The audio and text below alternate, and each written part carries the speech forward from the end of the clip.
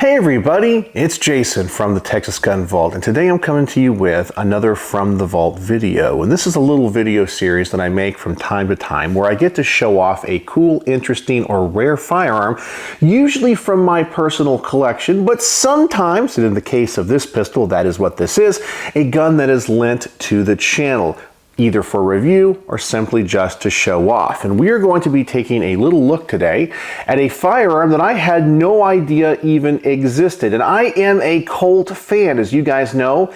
My original channel that I started in 2012 was called the Fort Worth Colt Guy because I loved Colt 1911s. And obviously my channel has evolved since then. But this particular gun, made by Colt, is the Colt government model double action. And yes, it looks very much like a 1911. It is my understanding, based off of the information that I have received from the owner of this pistol, who did contact Colt, that only 300 of these pistols were made. Now, this is a double action only 1911, and some people are already saying, Jason, that's not very special because they made the double eagle. But the double eagles were double action, single action. This is a double action only 1911. Now, while that is probably not going to appeal to many casual shooters or 1911 enthusiasts, this was a gun that was mainly designed and marketed for law enforcement contracts, because at that time when they made this, around 2011 to 2012, there were a number of law enforcement agencies that were looking for double action only pistols. And the reason for that, I believe, is there had been a few cases of negligent discharges when officers had their fingers on the triggers in stressful situations. And of course, law enforcement agencies were looking to reduce their liability, so reducing the chance of one of these negligent discharges and then having to deal with the repercussions. We all know of the famous New York trigger that was able to be put into mini Glock pistols that the New York Police Department requested, making the trigger pull on their Glock somewhere up around 11 to 13 pounds. I've never shot one of those, but I can't even imagine how bad that must be. But when it came to bad triggers and double action guns, Colt wanted in on the game. They wanted to capitalize this and be able to market a pistol for law enforcement. And that is what they designed. As I said, it looks very much like a 1911, so it has many of the same stylings, and all of the controls are typically going to be in their usual places. You will notice this does not have a manual safety because, being a double action only pistol, you don't need a safety. You have your slide stop in the same place. The gun will disassemble exactly the same way, and I will show that here, but you get all those cool 1911 stylings, but in a double action only platform. Now, of course, there's going to be a few downsides to this pistol. The trigger pull is going to be a lot heavier, and the lower receiver of this firearm, or the frame, I think is what the ATF technically refers to them as in pistols, is milled out very different. The slide is made of carbon steel that is blued. The receiver or the frame is made of aluminum. We have these really nice grips here, which are not interchangeable with standard 1911 grips, and I'll show a little bit more of those and some differences when I compare it to a 1911. We have standard Colt sights here, 3 dots. We have the blade in the front, the 2 dots in the back, and as you can see, this hammer is bobbed. We also do not have a grip safety. So there's no grip safety right here, and this whole back strap is really the main spring housing. So it's quite different. I've taken a look at this and taken it apart. There's some things that I am 100% sure are interchangeable with 1911, such as the slide stop, the recoil spring, the barrel bushing, and the barrel. But even the slide is a little bit different. As I mentioned, this was one of 300. I've read some information online that said they offered these in the government, commander, and officer-sized frames. However, I have only seen pictures of the full size, the government size, with 5-inch barrels.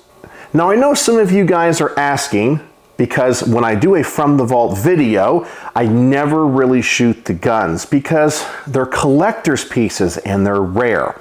Well, I want to give you a little background on this particular pistol and how it came to be lent to the channel.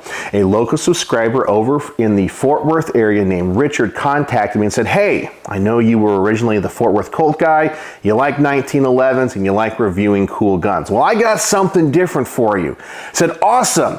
He told me he purchased this at a gun shop used in a town called Burleson, which is south of Fort Worth, and it appears to be unfired. He never heard of this model before. He contacted Colt, and that's where he discovered it was one of only 300 pistols that were made, and this particular model was debuted at, I believe, the 2011 or 2012 SHOT Show. So when he lent this pistol to the channel, it was originally for review. And that opening footage you saw was the only footage I was able to capture with this firearm of me putting the rounds on paper. And I know some of you guys are like, okay, Jason, I know you are a terrible shot, but come on.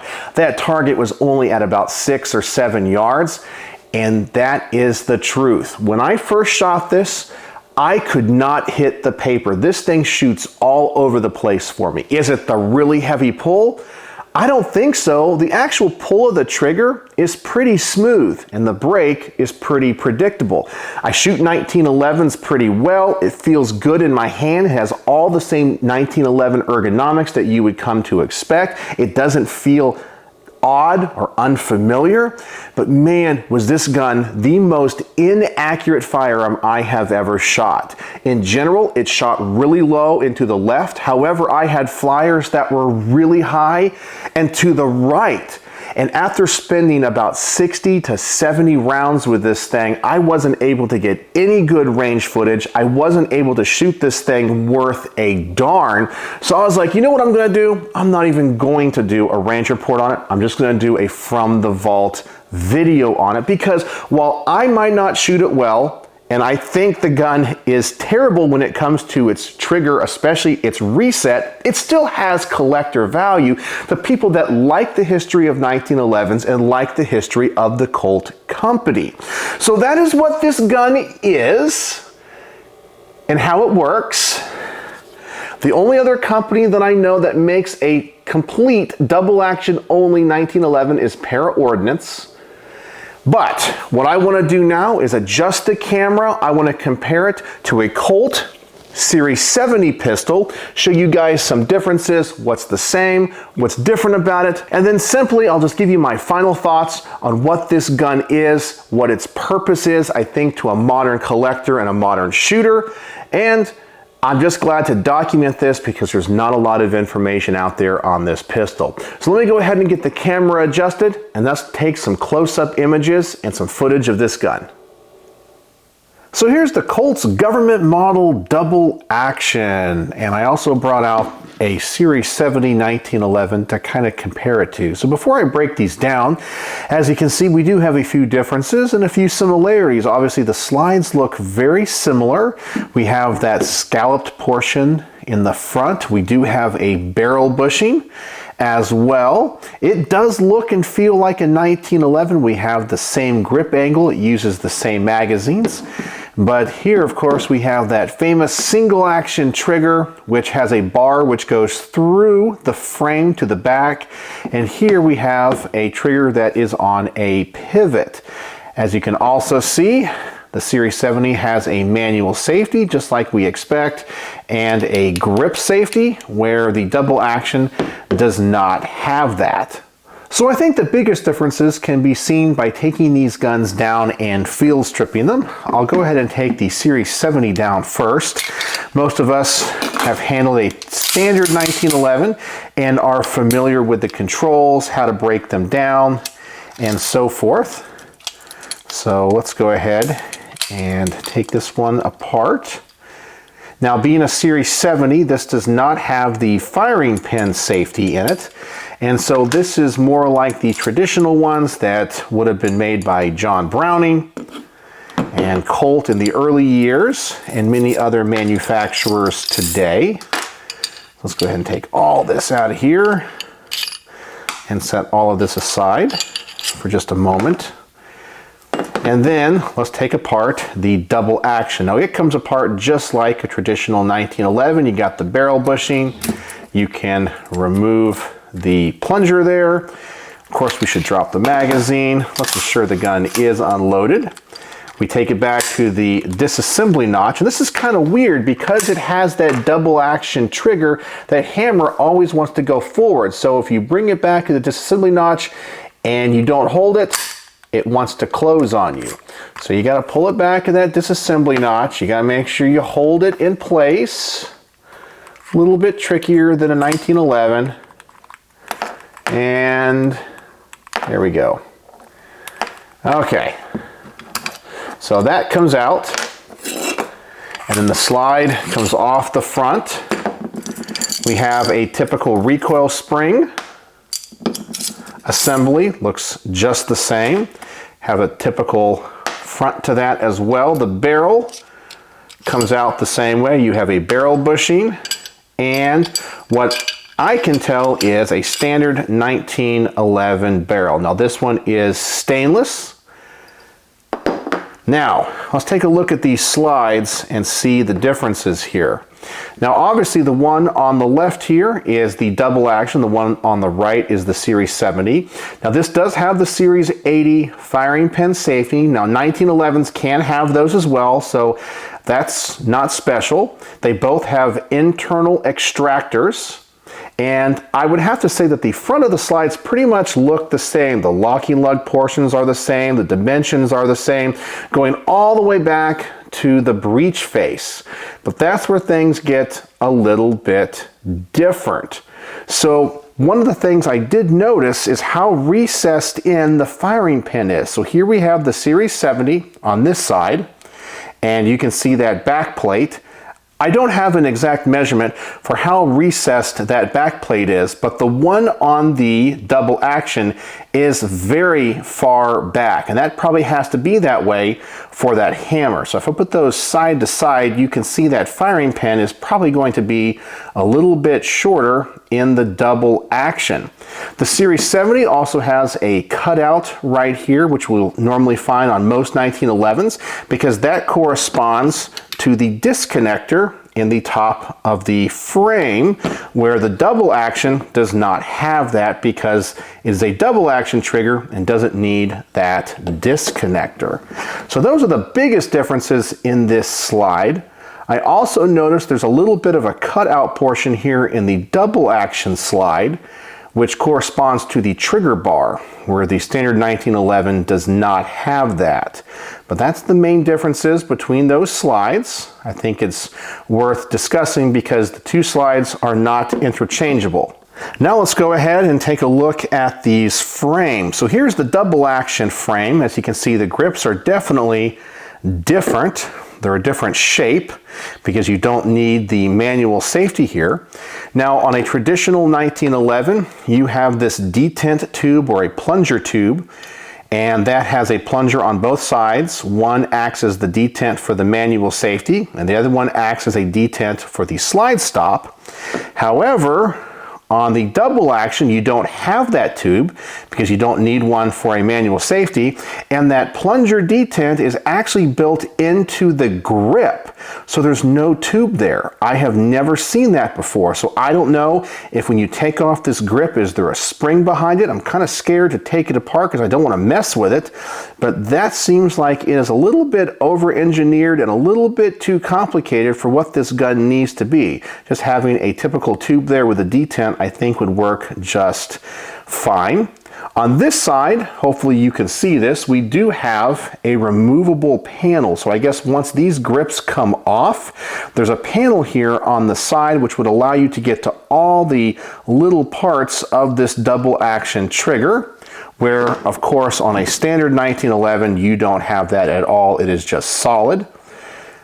The mechanics of the 1911 or the standard 1911 are a lot more simple than the double action. There's probably a lot more parts in here. I can tell you that this is aluminum. It is extremely light. Another difference that I did notice is the mainspring housings are definitely different. The one on the double action has a hole in the bottom where the traditional 1911 does not. And the main spring housing on the double action is this large portion right here. So you have the traditional part that would be the main spring housing, then this portion that would normally be taken up by the grip safety and the tang, but that's all one piece. That is very, very different. And as you can see, we do have the lever here, which actuates the Series 80 firing pin safety.